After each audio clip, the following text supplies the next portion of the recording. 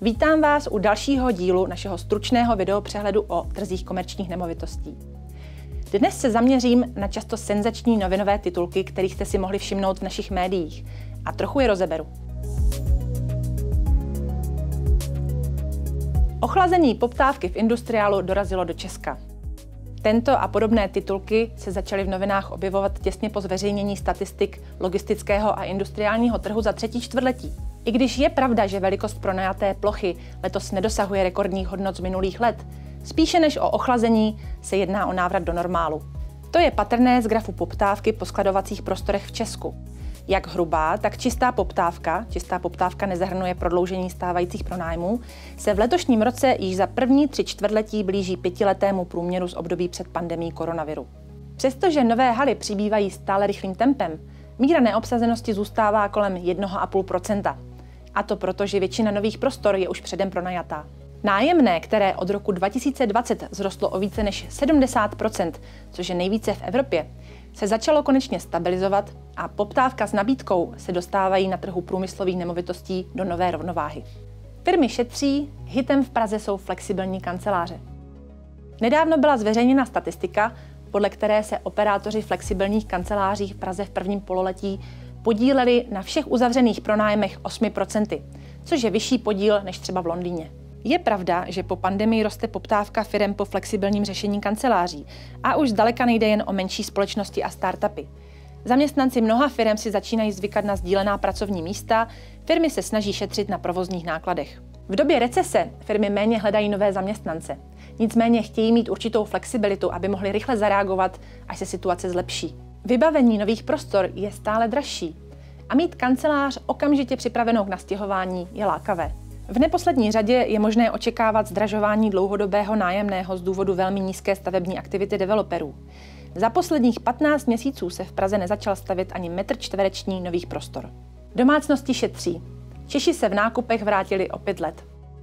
Ano, odvětví maloobchodu se stále nedaří dostat z krize, kterou začala pandemie koronaviru. Reálné tržby, tedy ty očištěné o cenové vlivy, klesají už od poloviny roku 2021. A současný index je na hodnotě zhruba půlky roku 2018. Negativní trend se týká jak kamenných prodejen, tak e-shopů. Tady bych zase ráda řekla nějaké ale. Faktem je, že spotřebitelé sice nechávají v obchodech stále více peněz, avšak v důsledku rostoucí inflace a s tím spojeného poklesu reálných mezd si odnášejí stále méně zboží. A samozřejmě mění své chování, což se odráží na tom, že utrácí méně za oblečení a obuv, vybavení domácnosti nebo za zboží pro volný čas, což jsou kategorie důležité pro obchodní centra a nákupní parky. Fikce zvaná ESG, trvalé udržitelné ráje podle Bruselu.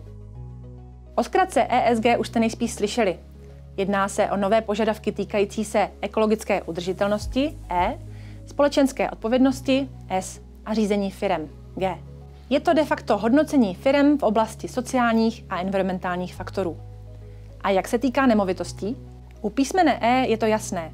Budovy, včetně těch komerčních, mají na svědomí více než 1/3 globálních emisí oxidu uhličitého. Z toho větší část se týká samotného fungování budov a asi 9% je spojeno s jejich výstavbou a materiály. A Evropská unie, i když nejen ta, chystá zpřísnění pravidel, která mohou zkomplikovat pronájem nebo prodej nemovitostí, pokud nebudou splňovat určité standardy v podobě například energetického štítku minimální třídy. Taková situace může nastat velmi brzy, protože podle nové směrnice by všechny nerezidenční budovy měly už od roku 2027 mít energetický štítek kategorie F, od roku 2030 dokonce E. Například v Nizozemsku se rozhodli jít ještě mnohem dál a všechny kancelářské budovy tam podle zákona musí mít minimálně energetický štítek C. Pokud někdo bude pronajímat nevyhovující prostory, stát mu může udělit pokutu nebo dokonce kanceláře uzavřít. Větší problém budou mít samozřejmě starší budovy, které budou muset projít nákladnou rekonstrukcí, aby se dostaly na vyšší standard udržitelnosti. A je otázka, zda se to vůbec vyplatí, anebo je lepší změnit celkový účel budovy, například transformovat kanceláře na byty nebo hotel. Přestože Praha má spoustu památkově chráněných budov, z hlediska kancelářského trhu má mnohem menší podíl starších budov než tradiční trhy v Miláně, Londýně nebo Paříži. Tou fikcí, o které se mluvilo ve zmiňovaném článku, bych si ale zdaleka nebyla tak jistá. Děkuji za pozornost.